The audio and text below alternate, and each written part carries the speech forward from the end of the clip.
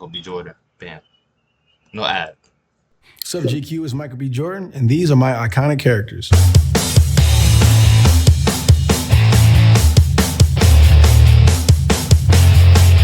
Well, look at them. They still buying it, though. Yeah, they buying twice as much and only getting half as high. Yo, what was that? Castle can't move like that. Yo, Castle move up and down or sideways like. Nah, we ain't playing that. Man, look at the boy playing checkers. Checkers? Yeah, checkers. Yo, why y'all playing checkers on the chess set? I played Wallace on The Wire. I was maybe 15 at the time, coming off of this movie, Hardball. I had auditioned for Alexa Fogel in New York, and I originally auditioned for Bodhi, and they brought me in for like 2 or 3 callbacks. And they basically said, oh, look, you're too young to play this role, this character, but they brought me back in to play, to audition for Wallace. And I ended up reading for Wallace that day, and I ended up booking the role. So that's how I got cast in The Wire.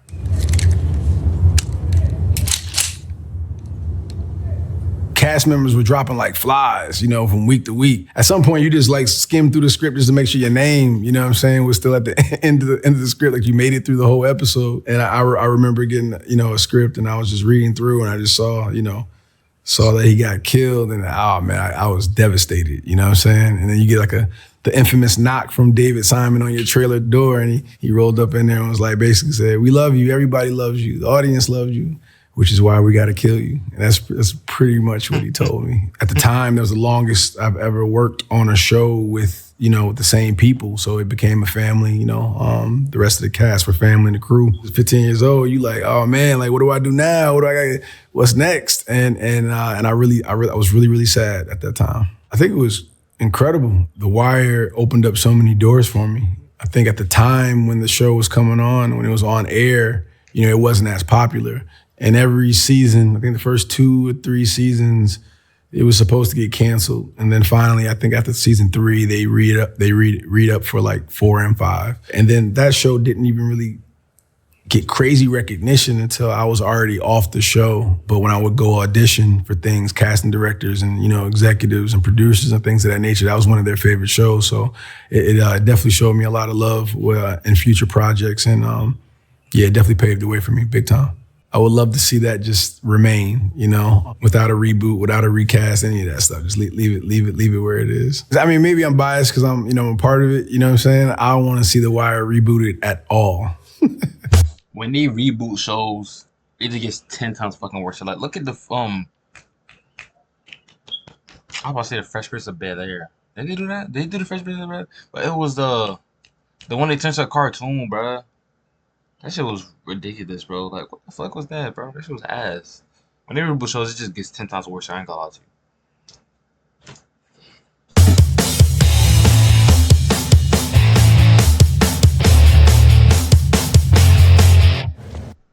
Problem. Content creators can no longer keep up because we have to make videos for Instagram Reels, YouTube Shorts, Twitter, TikTok, and even LinkedIn is jumping in on the... Hey, you know about my karate, right? Man, you mean karate? Nah, it's karate. Learned it from my cousin who's in Japan in the army. Lightning quick! This is the tiger. No man can defend himself from the fury of a well-trained karate. Tiger man. Yeah, Dre, a tiger. King. Playing Jamal in Hardball, you know, that was my first like major movie. I had to travel to you know, and I lived in a different place. I was in Chicago. Brian Robbins was the director of that. And Keanu was awesome. He was a great role model. He gave a lot of advice and wisdom. I remember one time he took us all out to dinner, and I guess he had just finished shooting The Matrix, but he had brought Lawrence Fishburne with him to dinner, you know, and got a chance for all of us to meet him and ask questions and talk to him, which was extremely generous and thoughtful for Keanu to even like put that together. But I remember that making a big, you know, impact on me when I was young. Pitch the ball. Shut up. What hit me? I've seen Keanu out, you know, a few times over the years, and every time he sees me, he says, hey, what's up, Mike? You know, it's always a lot of love. He always tells me that he's proud of me, you know, and proud of the things that I've done, you know, up until this point, and always encourages me to keep going and do more. So he's one of those special guys that I'm glad I got a chance to know when I was super young.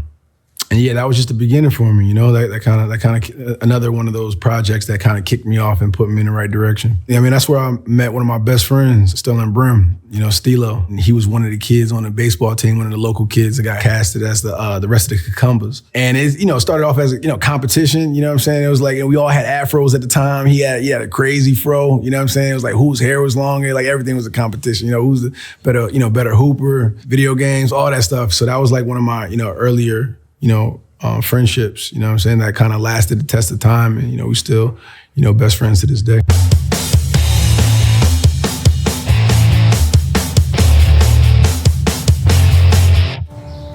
Jumping rope, 3 rounds on each of the bags. When you get to the heavy bag, just don't keep throwing your hands because you can hurt them. It's also about using your legs, right? And then 5 rounds of Shadow. OW. It's a W. Boxing. Boxing, yeah. And that's it. Play Adonis Creed in Creed. You know, me and Ryan, we were getting ready to start rehearsals for Fruitville Station. We didn't even shoot a frame yet. And he pitched me the idea for Apollo Creed's son, you know, a spinoff. No hesitation. I was like, yeah, cool, let's do it. Like, let's go. Like it was that simple. I didn't think about it much at all. And I had already had a great feeling about Coog in general, you know, because you know, just this process. And when we first met, it was just like, you know, brothers linking up, you know. So it felt right. And, you know, as a director, having somebody for the first time in my career really like champion me through, you know, that really believed in me and believed what I could do. He was like, all right, cool, we're gonna shoot Fruitville. And then right after that, we're gonna shoot Creed. And it was like, all right, let's do it. So I didn't even really think about any of the other, you know, I guess baggage or things that, you know, carry on from previous movies or franchises. I looked at it as an opportunity to kind of start something new and do something different. First one was like an origin story for Adonis, you know. The second one was a continuation of that. You know, he had a lot of, you know, daddy issues, you know what I'm saying? He had a lot of issues he was working through, trying to figure out, you know, kind of who he was and what that meant in the shadow of his father, Apollo. And as he kind of started to have his own family, I thought it was important, you know, in the third movie, in the third installment, to like really singularly focus on Adonis and his family, you know, let the franchise stand on his 2 feet, you know? You know, at the time, that was probably the closest character that was to myself, whether it be, you know, the success, the all the things that come with success, you know, that childhood trauma that might be lingering, things of that nature, things he needed to work through, needed to talk through, he needed to face himself. So I felt like I was the only person that could kind of tell that story. Before I did it, I think I was anxious, a little nervous of how it was gonna go, you know? Like, what was the process? Who's yelling action? Who's yelling cut? I'm in the scene, like little basic, stupid stuff like that. After the first day, it felt very natural, you know? It felt like I was doing what I was supposed to be doing. And it was a lot of fun, honestly. It was a lot of fun. Joker, thank you for that compliment. I appreciate that. If you're still here, I don't know if you're still here. I'm really engaged into the video, so I'm not really looking because, you know, it's just me. People just pop up out of nowhere and just leave. They come in, say nothing, or they come in, say something, and by the time I look, they're probably gone. So if you're still here, I appreciate the compliment. You know, the fights was something that I kind of been imagining for a long time, you know? So that was the one part of the movie that I wasn't really nervous about. I had a pretty clear vision on what I wanted to do with that and how I wanted to incorporate my love of anime into that. You know, usually in anime, when you got 2 characters that are like fighting to the death, inside themselves, they're having a very quiet conversation. They're having a very emotional one. And this usually takes place in like a void. You know, it's either all black or all white or just void of anything, where these 2 characters kind of exist and they could kind of communicate. And the 2 characters between, you know, Adonis and Damien, they wouldn't be able to talk about their issues as characters. So they had to go to this void in order to kind of like, you know, to figure things out. And it was through fighting. You know, our movie, Creed 3, was a quadrilingual film. Is you know, you had English, Spanish, ASL, and then fighting would be our 4th language, you know. So they communicated through their fists, and that's why, you know, that's why the anime element kind of came into the mix. And the void exists in so many different anime. You know, when people were watching it, I wanted them to associate that to their memories and what their experiences were with the Void. You know, it could be Naruto, it could have been Dragon Ball Z, it could be, you know, Jujutsu Kaisen. It could be so many different. It's in the fabric of what anime is. So if you're an anime lover, you would be like, oh, I remember that from X, Y, and Z. Jonathan had like a passion and an energy, like when he walked on set. I think an honesty and realness that was beautiful to watch, man. He understood the dynamic between the two of them. It just commanded respect. And it also created so much tension between Adonis and Damien. But there's a vulnerability in there. It was a hurt, it was a softness that he had. You still felt for him. I think the most interesting antagonists are the ones that you empathize with and you kind of understand why they are the way they are. You know, not at first, but, you know, throughout the film, you kind of get a little bit more of why they're doing what they're doing. And I felt Jonathan played that perfectly. Yeah, the fourth one eventually. Not sure when, but we left that door open to build on that franchise. My thing is like, I don't want to make a movie just to make it. Give it a little time to breathe, make people, you know, want it, miss it a little bit. And then when the time is right, I'll drop in and do another one. With Amex Gold, you can get up to $84 in Dunkin' credits annually. And one more reason to catch up. That's the powerful backing of American Express. Design is a journey, one that elevates, empowers. I'm hungry, bro. I've seen them pancakes, so I'm hungry, bro. I'm hungry. I want something to eat. Holy. I lived my entire life waiting for this moment. I trained, I lied, I killed, just to get here. I killed in America, Afghanistan, Iraq. I took life from my own brothers and sisters right here on this continent. And all this death, just so I could kill you. Black Panther, I played Eric Killmonger in Jadaka. You know, it was me and Coog's third film. Always been a fan of Black Panther in the comic book, so I'm a comic book nerd. So, you know, it was one of the few characters that was black, you know. As the Marvel movies were coming up and you're growing up and you're watching them, you know, as an actor, you know, you want to play in that world. You want to be a part of that universe at some point. You know, there's only a handful of characters that you could imagine yourself actually playing. But they cast Chadwick first, and then Coog hit me, and then we talked about Killmonger, and it was like, all right, bet, like let's get after it. At that point, you know, the trust was already established. The relationship just kept getting stronger and stronger from project to project. I knew the conversation that he wanted to have throughout the film, what I thought was an important one, especially between, the Black American and the African diaspora, you know what I'm saying? And that relationship and that conversation was an important one that needed to have. Your weapons. Our weapons will not be used to wage war on the world. It is not our way to be judge, jury, and executioner for people who are not our own. Not your own. But didn't life start right here on this continent? It opened up so much communication and understanding between the continent and here in the States, amongst our community and people, that I don't know if that movie doesn't get made. I'm not sure if that conversation is happening right now. In recent years, you have the Year of the Return. You know, in Ghana, you know, you have you see a lot of much more tourism, much more visits and vacations back to Africa since that movie came out. There's change that can't be quantified, you know, because of that movie, you know, and I feel extremely privileged to be a part of it. Coming back to do Panther 2 after, you know, the tragedy of losing Chadwick was an extremely tough one. I was in pre-production for Creed 3, so I was getting ready to go direct. At the time, I didn't even read the whole script, so I didn't know what the whole movie was about. Cool, yeah, he's your own brother. He ain't even let me read the script. You know, it's crazy. Nah, but he kept that pretty close to the vest for a lot of different reasons.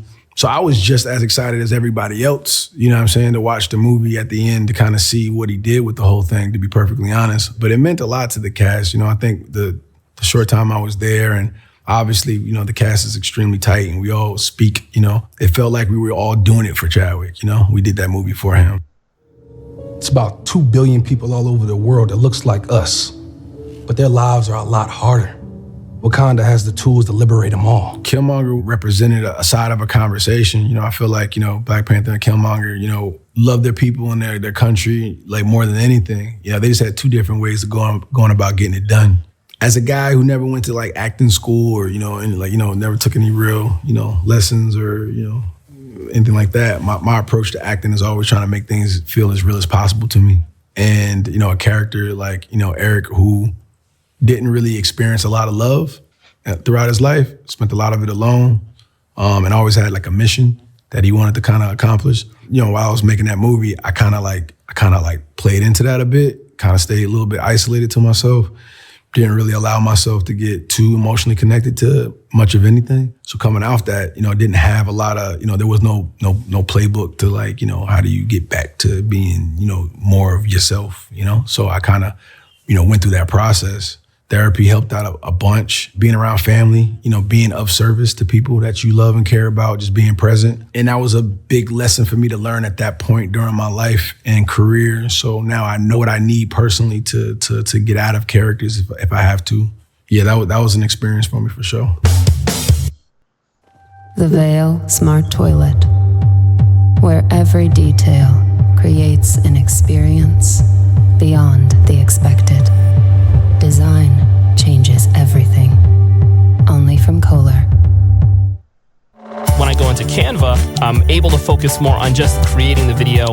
And I know that automatically with a couple of clicks, I can set it for this platform and this platform and this platform and save a ton of time.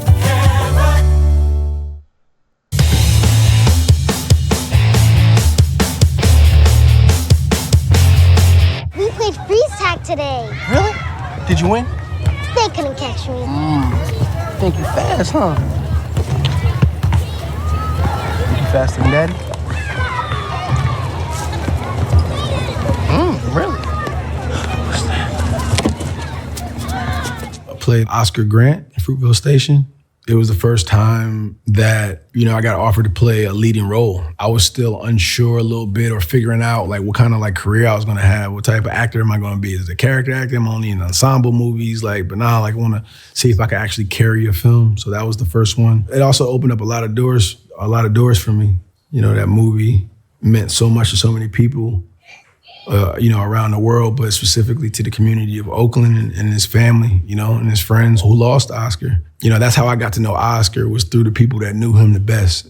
That was a transformative experience as well, you know, as a on a human level. You know, a young Black man at the time, you know, I think Trayvon Martin had just got killed right before I got casted in that. And I remember feeling extremely frustrated and not really knowing how to express myself in a way that I felt was productive. I prayed and, you know, and wished that I could do it through my work and through my craft.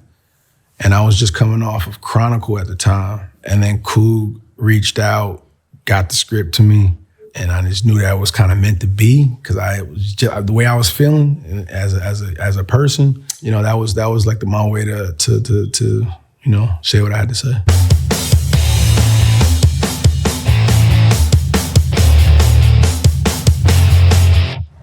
Watch this. What do you do? Is it this movie, bro? I've been looking for this movie for the longest, bro. This movie is like so fire. It has like the meaning behind it is like crazy, bro. I love it. I love it. Yeah. Watch. Go.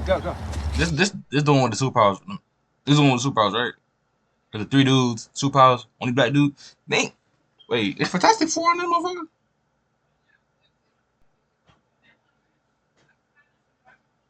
Maybe that 2K video. Hold up, I'm trying to see. What the fuck is Fantastic Four? Nigga was in Fantastic. I guess you don't want to talk about it. That shit. It was Fantastic Four, the one that he was in. He was Johnny Storm.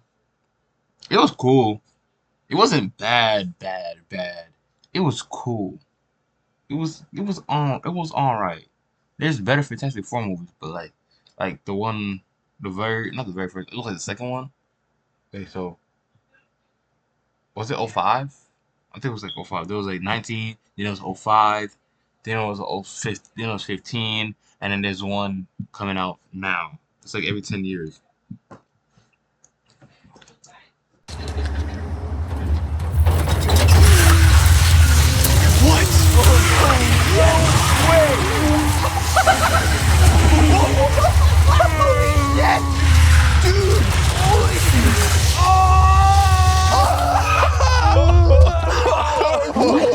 Wow, do that. Did anybody see? Oh, Steve Montgomery for president. Oh. I play Steve Montgomery in Chronicle. You know, Josh Trank wrote and directed that. And it was an amazing experience. We shot that in South Africa. It was in Cape Town, which was my first time going to Africa, which was really cool. You know, it was a South Africa. I'm gonna lie. Like, I'm the person, like, because I was born and raised in America. I never left fucking Florida a day in my fucking life. I don't know why. So like when you think of Africa, you think about trees, no building, no like structures we have and shit, nothing too advanced. It's just like camps and like fucking huts and shit. But no, they actually have good shit. They actually have like the same shit we have, but not as advanced as we have it. But like they have the same, they practically have the same shit we have, bro. That's actually crazy. Kind of a origin superhero film, but grounded, you know, in a weird way. A lot of Akira, you know what I'm saying? A lot of Akira inspiration for that movie. Found footage type vibe. It was dope, man. It was super creative, you know, and I felt like that was one of the looks and feels to the movie that made it so unique and made it stand out a bit. It was because we took that approach. You know, the risk that Josh took cinematography-wise, just how he photographed it and the camera moves that he chose to make. Okay, buddy. What you gonna do? How is this guy's problem? What are you doing? Whoa! That was like my real first. Wasn't that dude like the one that went crazy and became a villain or shit? That nigga just he probably just killed a nigga. He practically just killed a dude. Like I'm like, okay, the nigga driving behind you, just like, huss, like pushing back, nigga, huss, nigga. They couldn't even do shit, bro. Damn. Interaction with visual effects and special effects, and really understanding what green screen is and how do you paint things out and how do you know, how are we flying and all that. So that was a real education for me. It kind of started the curiosity of like, oh, that's how it's done. I'm the type of person, I see something done, you know, once or twice, you know, I can get a grasp of it, you know what I'm saying? That for me really showed me like, you know, the world of visual effects and things that could be done, and it just kind of opened up my imagination of what's possible, what I could do. And I'm pretty sure when I look at things now, or, you know, it's because of that beginning phase of understanding.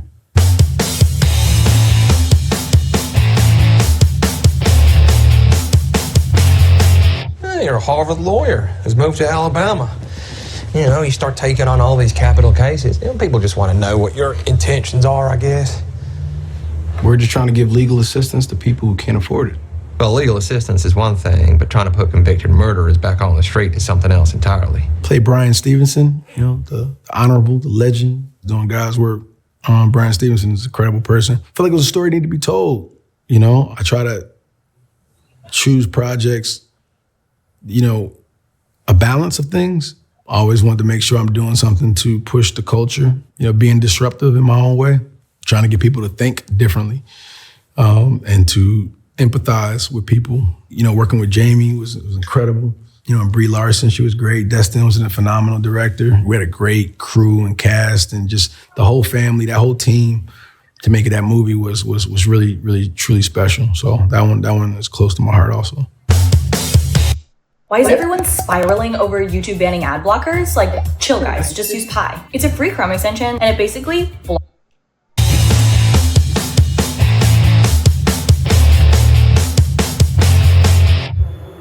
I've been all over this world. I seen men die in ways I ain't even know was possible. Love you, brother. I play Smoke. Be careful. And I also play Stack. I will. Twin brothers. As a whole, you know, I work more than Coog in the sense of just like, you know, throughout the year, I could do 2 movies, 3 movies a year. Coog does 1 movie every 2 years. When he calls you and picks up the phone, you like, hey, you got something for you? You just like, all right, let's go. This is what we're doing. Pitched the project to me. It didn't take much convincing. He told me about the elements that he wanted to incorporate, you know, why the story, you know, meant something to him. And what he saw for me, what he saw for what kind of impact it would have on my career, and where I was in my career at the moment. It was a challenge. It was nothing easy about making that movie. I'm all about challenges and seeing what my limits is at, and and pushing the boundaries. So it was a win-win across the board. And whenever we get a chance to go link up again, it's just a good time. So I want to be a part of it. I love Miles. Miles is a phenomenal human. Love that dude. He grew every day. Every scene, every opportunity, he just got better and better as the movie went on. He has an incredible voice. His talking voice is is dope, but when he sings, it's like something else, and comes from a great family. His parents did an amazing job. He's eager to learn. Asked a bunch of questions. The future is really, really bright for him. And I saw the film, what he did, his performance was amazing. Felt really lucky to be a part of his journey. So, in the beginning, and however I can help, he knows, what I'm saying, I'm a resource for him. He can do whatever he wants to do. He's already been, on tour, he played in front of sold out, arenas before and all that good stuff. But the kid's dedication to want to be great and want to be, great at whatever he puts his mind to is something that is, it's really, it's really nice to see. I feel good with him. He's gonna be straight.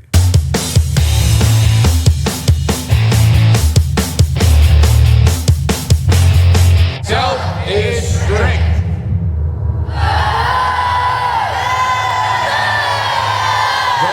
Don't worry. These are for training purposes only, okay?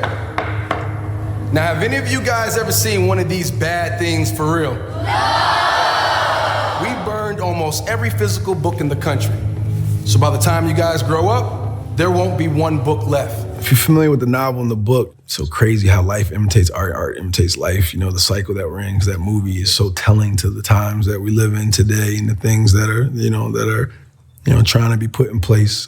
But the freedom of education and knowledge and free thought, was a big theme of that movie. And I kind of felt that movie and that character would resonate with people. I felt like us as a society, as people, we were headed in that direction. Almost like a cautionary tale, to a few things.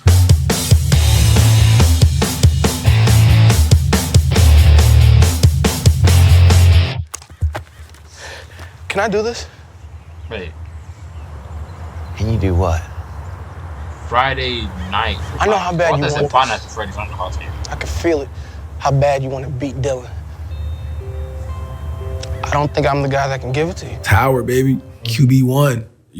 That cast was incredible. That city of Austin, Texas was great. I love being there. And another one of those shows that I was on that opened up so many doors because all the right people loved that show. Fans to producers to casting directors to, it's usually like the executives and the producers, like wives, love that show. So they're, oh, my wife loves you. It's great. Yeah. Reva's audition, great. I got it. Awesome. No, but it definitely helped out and created warm environments for me to walk in and leave a good impression. Hey, you're not actually allowed to drink in a beer commercial? Since when? You gotta wait till it's done. Yeah. We've been working hard, fellas. What are we? What do we play with? What do we play for? What are we? Let's do this. 1, 2, 3.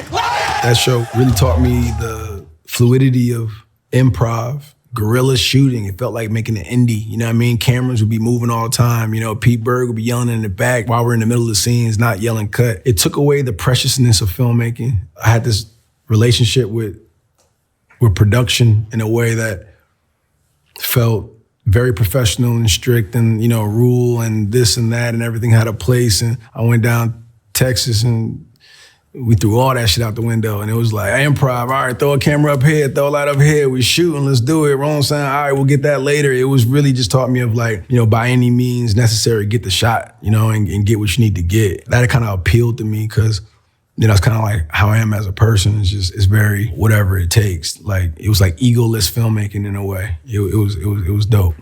Would you ever decide to pick up the series and bring it back and pick up where y'all let go? Where we left off, that's tough. Like if it was a show that was going, they was doing Friday Night Lights over, like the show, I would pop in for an episode or two. I would. I think I feel that way more than I do The Wire because I think I was a part of the original cast. I think the fact that I came in season 4 of FNL, I feel like they did a reboot. I was like, all right, I can come get in this world. I'm cool with that.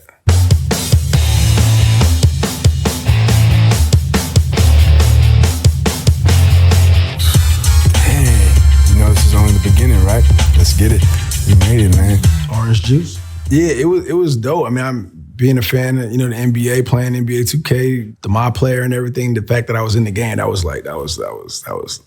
a moment for me for sure. I got a chance to help curate the soundtrack and everything, so that was tough for me. And then the dynamic between Justice and Prez was, I wanted everybody to feel like that was you and your best friend, that was you and your wingman, trying to take on the world, trying to get to the league and get that big contract, get those endorsement deals, all of that. And obviously depending on your My Player and depending on your style of play and what you chose, Kobe Bryant did the intro to that one, which was like really special to me because I got a chance to really spend a lot of time with him, and that's where we kind of forged our relationship and friendship. Rest in peace, Kobe. So that was a big one for me for sure. So where do you go from there? From that, Sinners. That's the next one. But as far as directing goes, this is Project Thomas Crown Affair that I've been obsessed with since I was a kid. Slowly been developing it kind of after Creed 1, I kind of discovered the property. It was over at MGM and slowly developing it over the past, decade or so. If everything would have happened for me to make that movie 10 years ago, it still wouldn't have been right, I don't think, because I don't think I would have been old enough or lived enough to kind of bring to it the way I want to. Now at 37, I feel like it's the perfect time to step behind the camera, and in front of the camera and tell that story. So that'll probably be my next one I'm doing.